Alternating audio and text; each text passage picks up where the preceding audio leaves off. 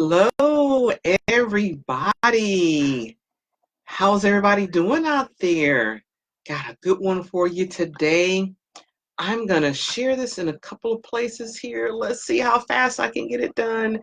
I'm looking over here because I have two screens, and so I use two screens throughout the Facebook Live because I want to be able to see uh, when I have people pop on, I have questions. Sometimes I can see it on the one screen. Sometimes it's great if I have two screens and I can share between the two of those. So just give me one moment here. There it is. Alrighty. Hopefully everybody is having a good day. It is almost the weekend. For some of us, that's a good thing. Some of us work on weekends, but that's okay too. Okay, so I see off. I'm having a little internet problems, and sometimes that happens. And even though I am right next to the router. Alrighty, so we have that one. And let's see. All right.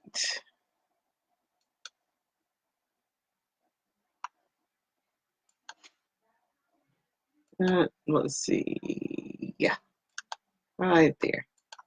All right.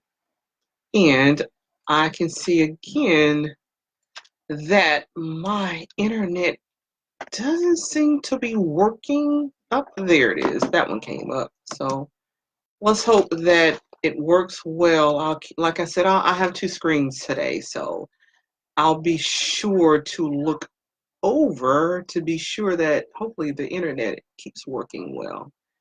Alrighty, so today I asked a few questions starting out. Do you dread going to your job every day? Have you used all of your sick leave up because you're always finding a reason to call in sick? And the thing is, do you have that coworker that when they're on vacation, or you don't want to be mean or anything, but when they're out sick, it's like everybody just sings kumbaya and hallelujah at the job because the job is so much smoother.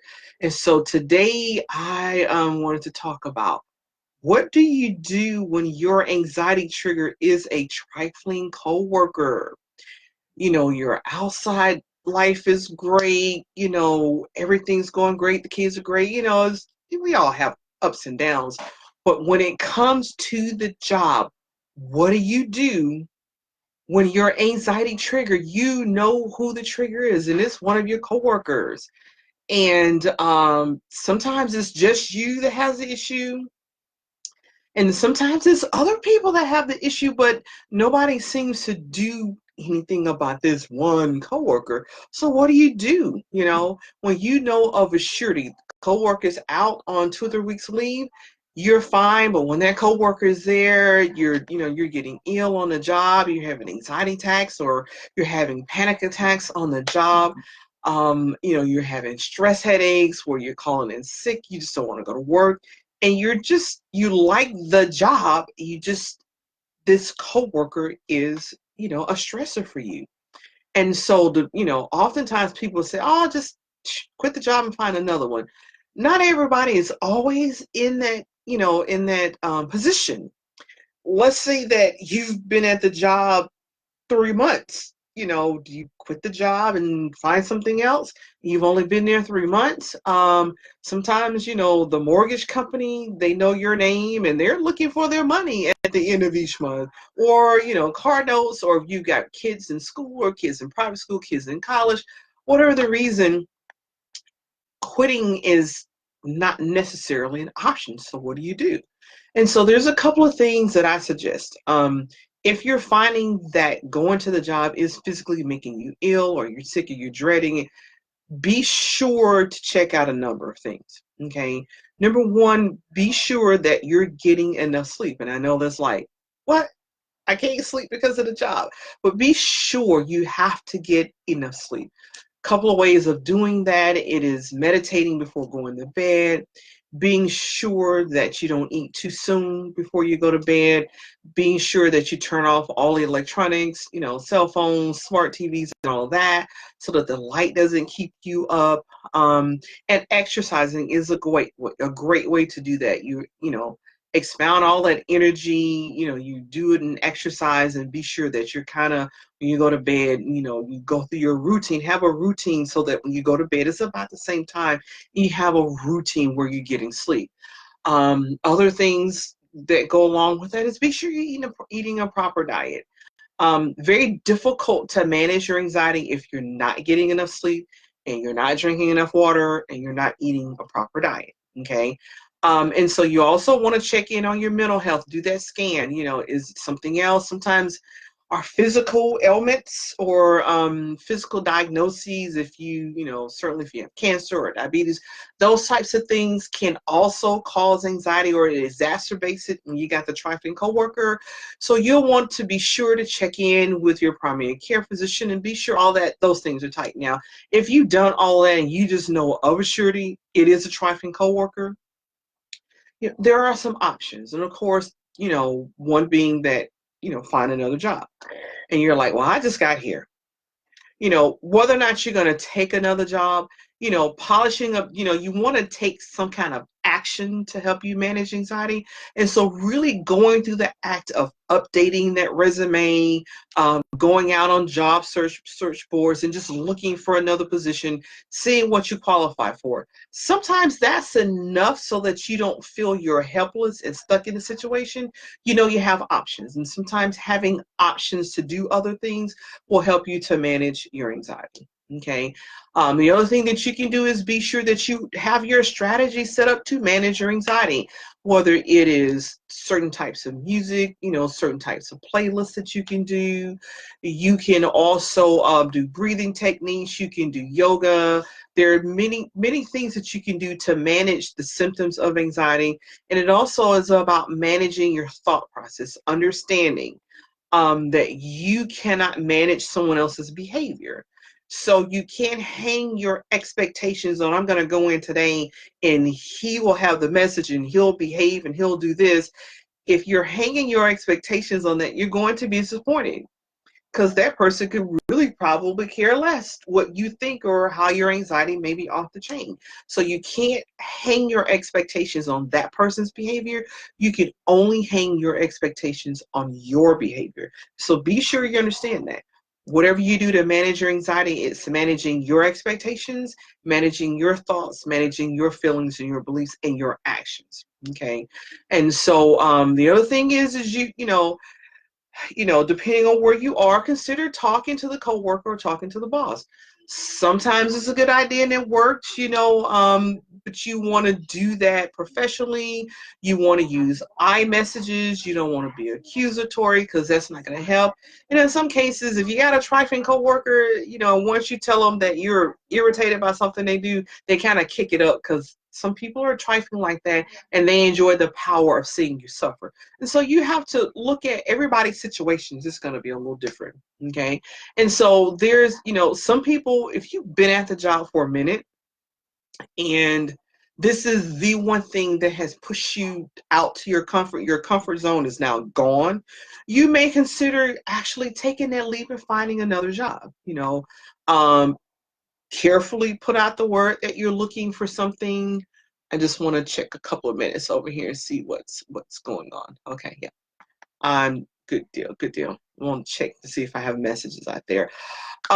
You just may want to go ahead and get in that mode. Start putting out the feelers, start looking what's out there. Definitely prop up your resume. LinkedIn is a great way to do that. Click the little, all you got to do is go on LinkedIn and click the button that says, yes, have recruiters call me. Tighten up your LinkedIn profile, do some research to make sure that's tightened up, and then click it to where, recruiters are calling you. They're sending you messages. We have this job. We have that job. I don't have my recruiter can contact me. I don't even have that link checked on my LinkedIn, but I still get recruiters that look at my profile and send me messages about jobs. So certainly if you're more proactive and you're like, yes, this is it. I've been here 5 years. I've been here 3 or 4. maybe this is my time to get a promotion or shine. Really be great when you get a promotion and manage a trifling coworker, but that's a whole other issue there. But yes, LinkedIn is a great way to do that. You can go out and contact recruiters, either tighten up your resume. Sometimes, if you want to go out and have someone else take a look at your resume.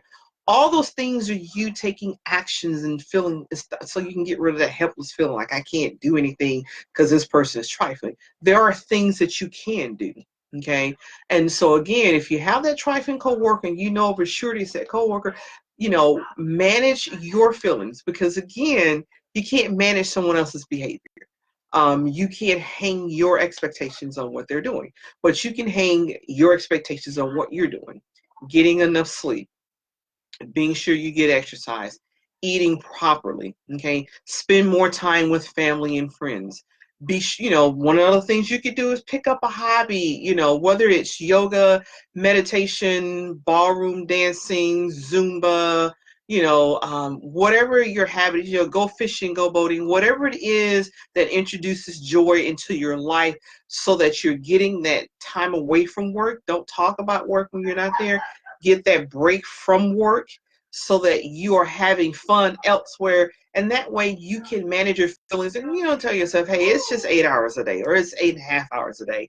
I got to deal with trifling, and then after that I have this schedule. I'm going to do this. I'm going to hang out with friends. I'm going to hang out with my hubby, hang out with my wifey, hang out with our kids, hang out with my significant other.